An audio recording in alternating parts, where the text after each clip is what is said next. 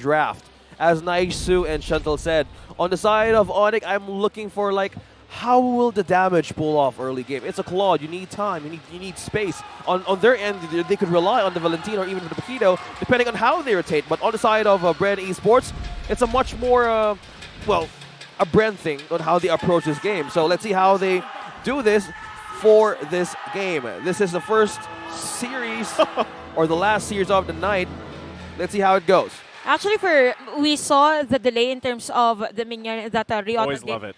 Yes, and it is actually nice because it's as if he's forcing the players of Bren to clear the minion wave a bit deeper as compared to those on the middle lane. So we can see the pressure right now for Onic Philippines given to the gold laner of Bren Esports. This is what we've been talking about. They have to place in continuous pressure to Super Marco to win that laning.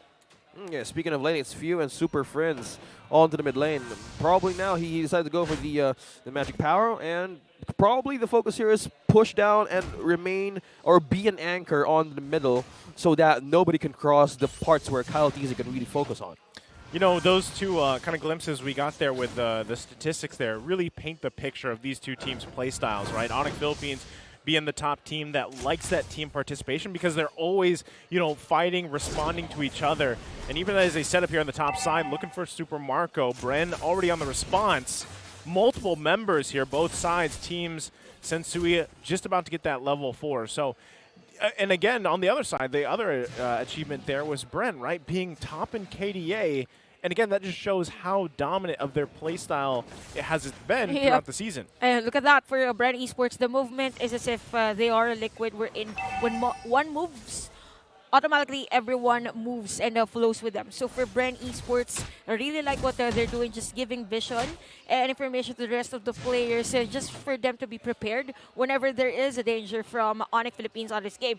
Now for Onic, since they have the Grok, they might want to capitalize on that, on this turtle objective, and take note that the majority of the players of Bren Esports has already been positioned on this game.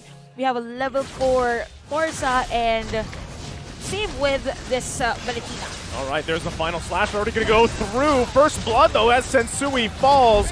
Nice setup there. Super Prince grabbing himself a kill. It's a bloodbath here. Turtle not even going to be claimed just yet, but kills across the board. 2 go into the hands of Bren here and straight to Kyle TZ. No turtle, or he said was imminent for Bren Esports, so probably now, as Chantal put it, Bren Esport is moving like liquid in terms of how they are reacting, how Onic moves, because again, they're really, again, dependent on how they will go with their laning stage. This is how their damage really can go through, because that 2 kills always give Bren Esports away. Yep, Kakadu going to charge in once again. They do find Ogun, and they get the flicker route. Sensui, though, able to secure the turtle. Ryota goes in with a wild charge. The backup is there. Ogun will miss the Noon on Blast. Gets away with a little bit of health now on the chase for Ryota.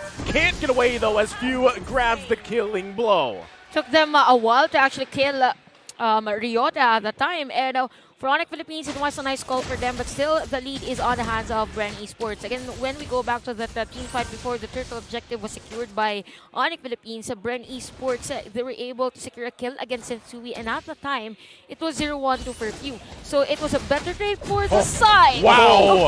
Kakadu with a big setup there. Finding 2 members, it's only Few that goes down there.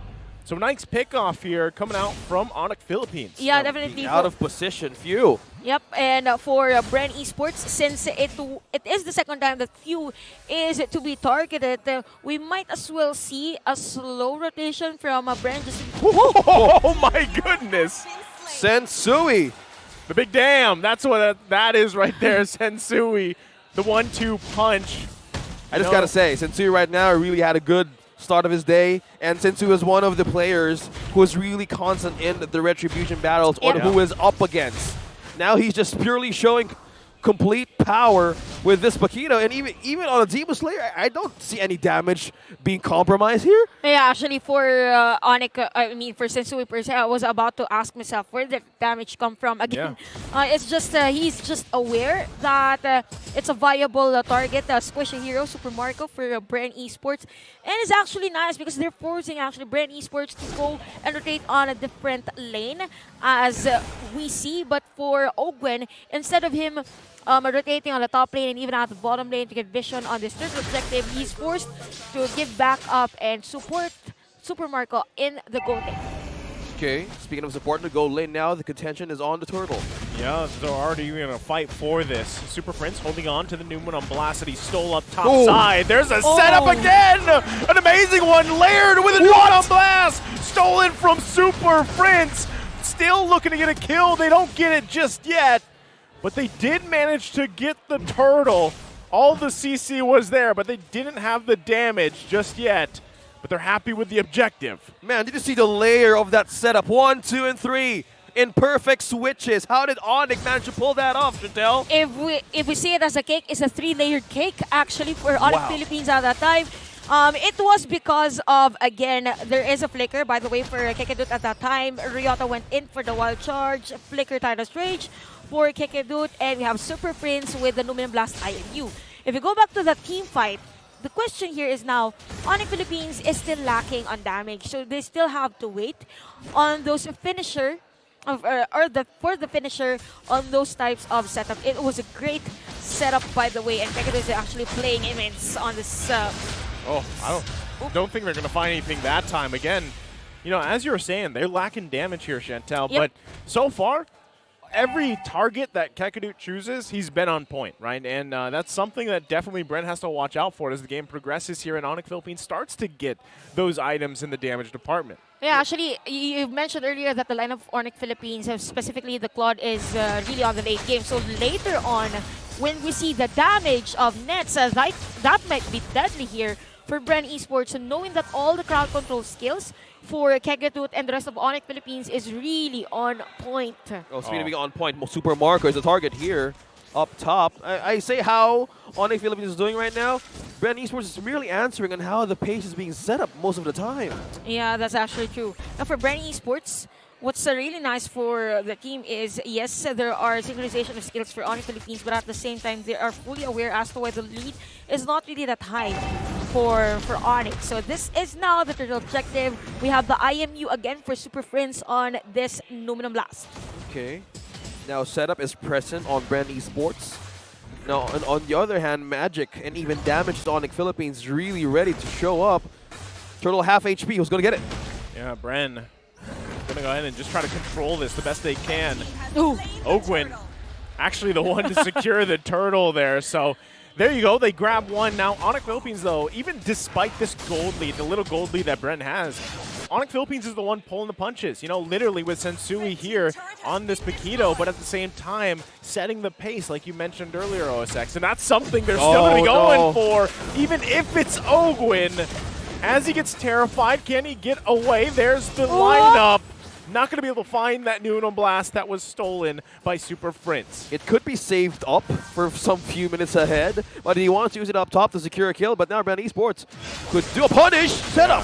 They're going to be looking for the punish here. Kekedut going to get caught out a little bit, has to flicker around.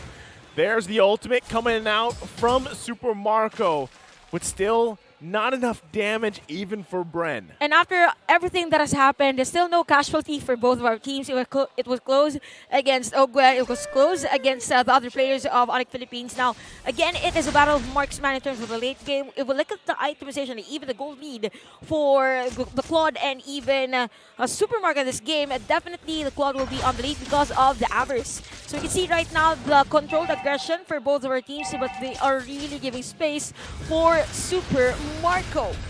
Okay, they're going to be fighting for this top side. Nets barely gets away here. The Tier 1 finally falls top side, a lot committed. So Bren now getting that first turret of the game. They're going to trade it. Sensui, though, taking the Tier 2 bottom lane. Okay, Onic Philippines sees the way on how to take down Bren slowly, but to go back on the items. Did that Grok or Ryota was rocking the Sea Halberd? Yeah, actually, I mean, if it's really more the passive of the Grok. Actually, if you place in damage items, it actually converts into defensive as well. So it's a mixture between damage and at the same time defense. So why he is viable on the XP lane because of the possible changes. So yeah, for Bren Esports, as of the moment, the lead is now at 7. So crowd control has been a headache for them and will still be Sensui, though, was hunting for a few. He got him to back off a little bit, but he's going to be in trouble here. Kakadu again goes in. It's Super Marco and Few that fall down. Flap TZ now trying to get out of there. He's going to get blocked here. Still up for a little bit longer. Gets whittled away and falls. Now the onslaught coming out from Onic Philippines again. It's only Flap before he falls. It's a wipeout and a triple for Nets plus the Lord. Tankiness is a might, and Onic Philippines, they have 3 initiators on this game. Actually, even add the damage here of Nets because of those setup plays. He was able to have those free hits, got the triple kill as well, and the lead skyrocketed for Onic Philippines on this game. After that, after the team fight, we'll see 3 core items already for Nets onto this game. With the corrosion side, added movement speed, so a bit difficult actually for Super Marco to lessen the gap. Yep. So Bren Esports right now, they really have to defend this Lord, but it's easier for them because they have the force, but at the same time, they have to look forward on those jumps, those silent rages from Kepo. I just gotta say, Kepo is on point on how to make the perfect setup. We were talking about how the Sea Halberd was present inside of Onic Philippines in the hands of Ryota. Now we know it's always about the HP regen and life drain, because inside of Bren Esports, I only see 1 Dominance Ice and 1 Antique Cuirass. That's not enough to even to hold or be in the front line of Bren Esports once Onic Philippines goes for an attack. Yeah, I like the way you put it, man. Kakadu has just been on point from minute number 1 up to this point. So, you know, at this moment, Bren has to be on the defense here. The question is, can they actually stop this? There's the setup once again. CC after CC being laid on Kyle TZ. He's going to have to go back, heal up at the base, but Bren holding on. Again, that was only the first Lord, right? The high ground defense is obviously here for Bren. But Onic Philippines, massive lead already, about 12 minutes in. Yeah, very high for Onic Philippines. Now for Bren Esports, there's actually no one to like really have that face check against Kepo, because we all know for the elite, as much as possible, you need that better vision for you to set up a play. So maybe Flap TC could really find a way. We see a conceal actually. Yeah, so speaking of finding a way, look! Okay, they're still going for it. They're going to cut off here with that Guardian's Barrier. Kyle TZ going to sweep forward. Still going to be alive. Appraiser's Wrath does come out. Ooh. They're trying to get it out. But now Kyle TZ is down, and it's Oakland to follow. Flap TZ going to be in trouble as well. Killing spree for Super Friends. Looking for another wipeout. Onic Philippines does it again. What a nice setup play by Onic Philippines. They have the Croc, they have the Kufra, and they have the Damager. Or actually, the whole squad of Onic Philippines with the damage.